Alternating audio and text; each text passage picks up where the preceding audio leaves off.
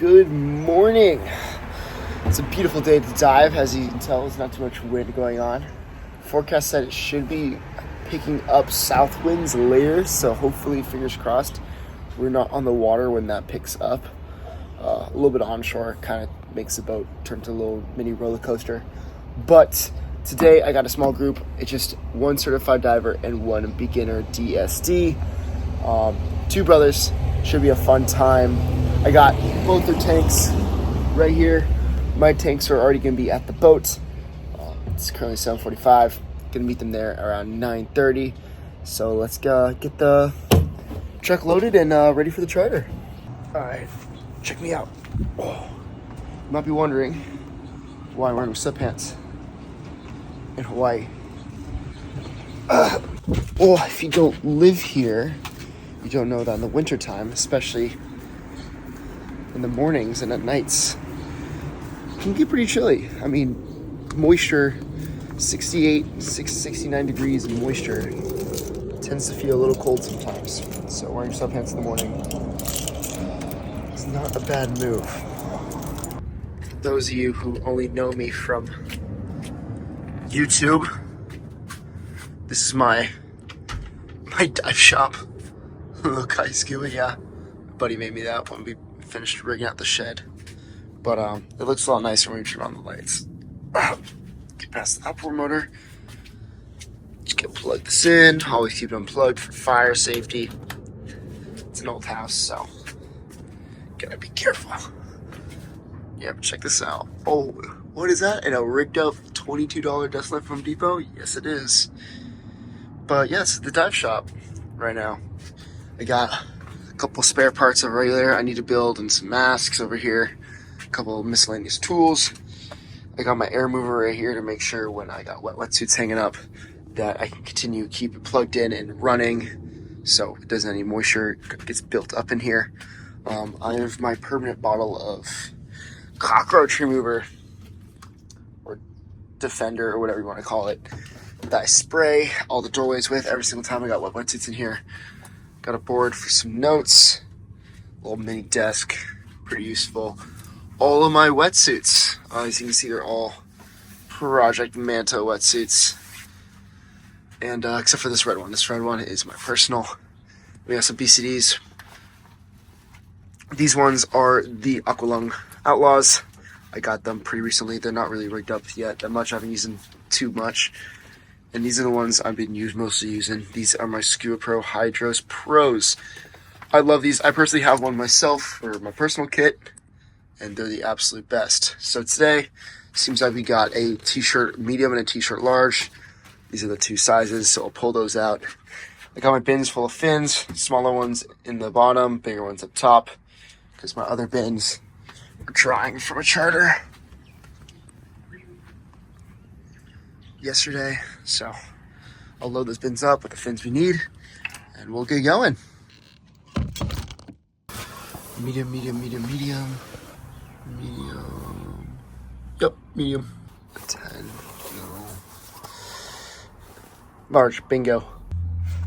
6'7", 6'7", perfect. There goes all of our fitted gear. Yup. Kobe. Yes. 2 for 2. Whoa, I'm good.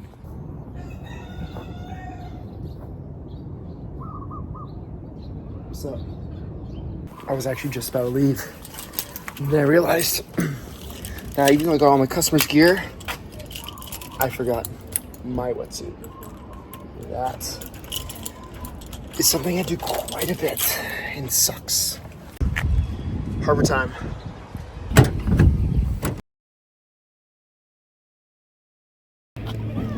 Oh, it's so much fun. Right? All right. Dropped off the tanks, found some parking, and I got about 3 to 5 minutes before I should start heading over to the harbor to meet my customers. Today looks like we have a little bit of cloudy weather. Not too much wind though. It should get 3 knots onshore by 2 o'clock.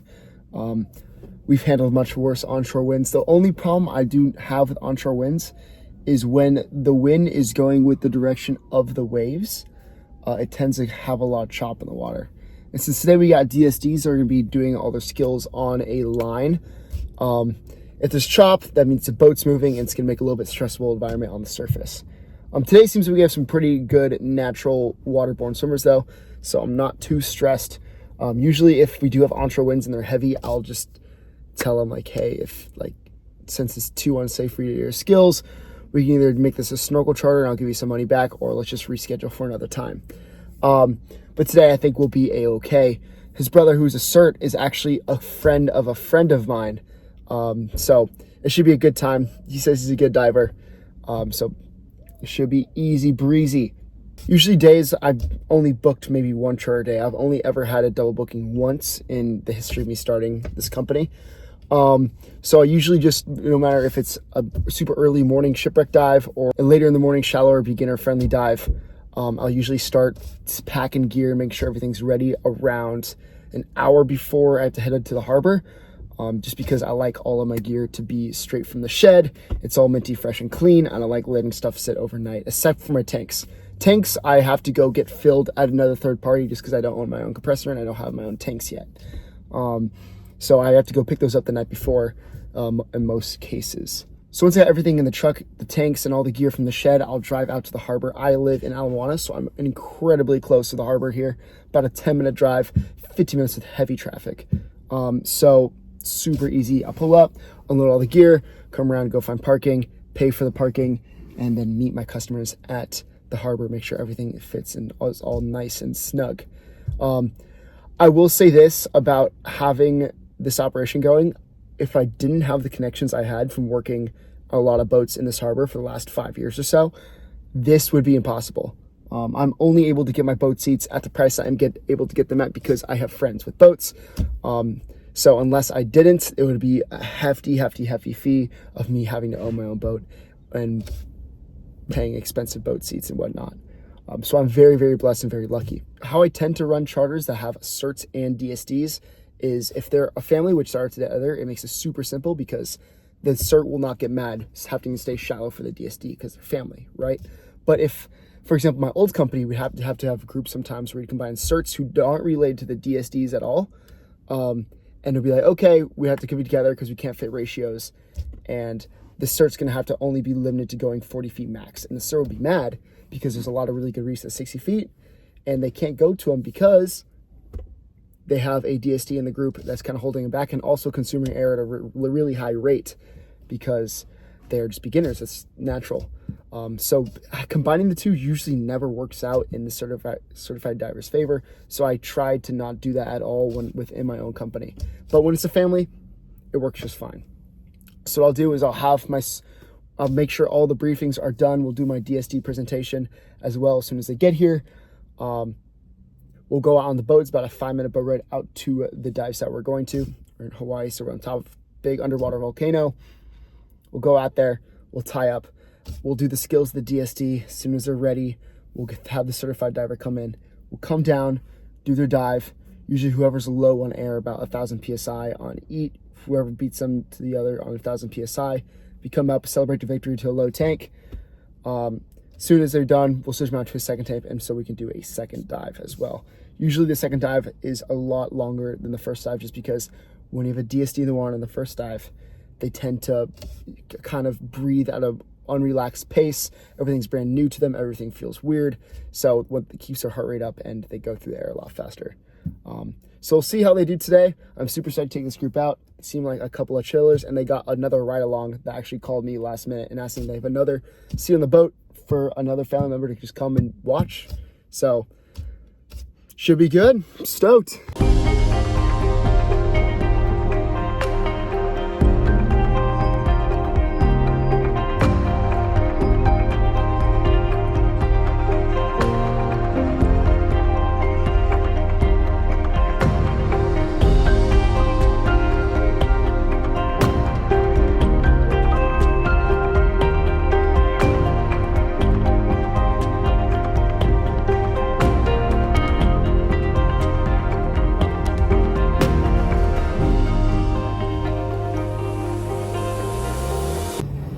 Update, the weather has completely switched on us.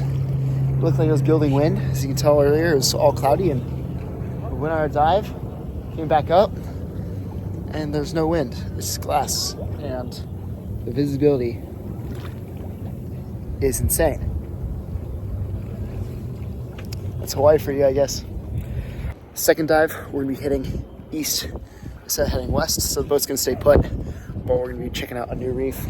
This dive should be a little longer than the first one, now that my divers are a lot more comfortable under the water. And the surge is a lot better. But come on, dude, look at that. That viz was not there in our first dive. It switches so fast, that's crazy. Hey, Chris. Hello! Yo! Was it worse or better than that? Words for the camera. Goodbye. Goodbye, mother.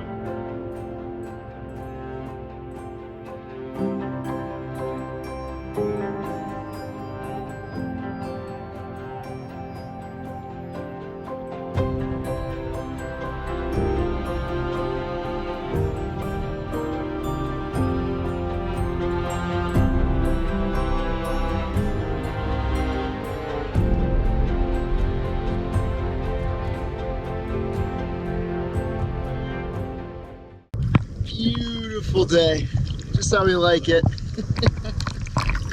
Yeah! Woo-hoo-hoo. Time for a show.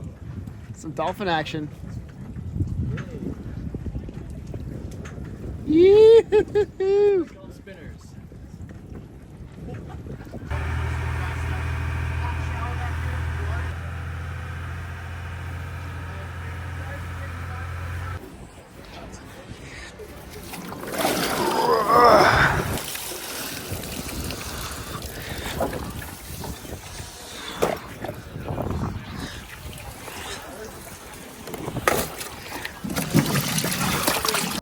Alrighty, and we are back home.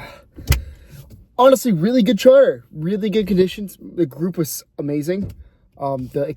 Conditions kind of way far exceeded what I was expecting going up there. When I pulled up, I saw dark clouds and the onshore wind, and I was like, oh no, it's only getting later in the day. When's typically, if it's this windy, it's gonna only be worse by the time we're leaving the water. And it turned around mid first dive. That was pretty nuts. Even the visibility was even better on the second dive. Which is saying something. But I think it's a little bit of the combination of the winds calming down and the tide coming out, kind of swept a little bit of us stirred up sands, being stirred up for the incoming swell out into the open water, gave us a better dive conditions as time went on. But very pleasant surprise. Which wasn't a surprise was how awesome my beginner diver did today. He absolutely killed it. As soon as you're going down, equalization, no issues whatsoever. Had to help him a little bit with the buoyancy, but that's to be expected. But he was natural down there, super comfortable. He was awesome. His brother was a great diver too. I started with only about 12 dives under his belt, but he was diving like he had 30. So it was a really, really easy charter. Their mom came on as a rider as well, and she was super stoked. Just all around great vibes in this charter. Great conditions, lots of turtles. It's always a treat to see so many turtles out there, not only because the customer is stoked, but I genuinely just love them. So good charter all around. And that concludes today's charter vlog. Hopefully going to start doing this on basically every charter that I can kind of be able to film on. Of course, I'm doing a really attentive 6-person charter or a 5-person charter where I'm kind of organizing not only a bigger group, but some of my staff as well. I won't be able to film, but when it's an easy one like this, it'll just be a breeze to keep the camera on rolling whenever I'm doing my stuff. Got to figure out a way to be able to film while I am talking to people. Didn't get any clips of like any of my briefs or whatsoever, or any gear set up or like getting the boat ready, just because I had to be so hands-on. Maybe I'll get those Ray-Ban glasses. Those are pretty neat, being able to film hands-free. That'd be cool, because I can't really have the GoPro mouth mount going while I'm talking to customers, right? So I'll figure something out. But yeah, stay tuned if you guys want to see more content like that. I also got a lot of other informational content regarding scuba diving on this channel. Hopefully, I'll be posting on this channel once a week going forward, maybe twice, depending on how busy I am on the boat. But if you guys are ever in the Oahu area and you guys want to join me for a diving tour, do not hesitate to reach out either on my website, www.lokahiscuba.com, or any of my socials. I would love to take you and your group out on a dive here on the South Shore of Oahu.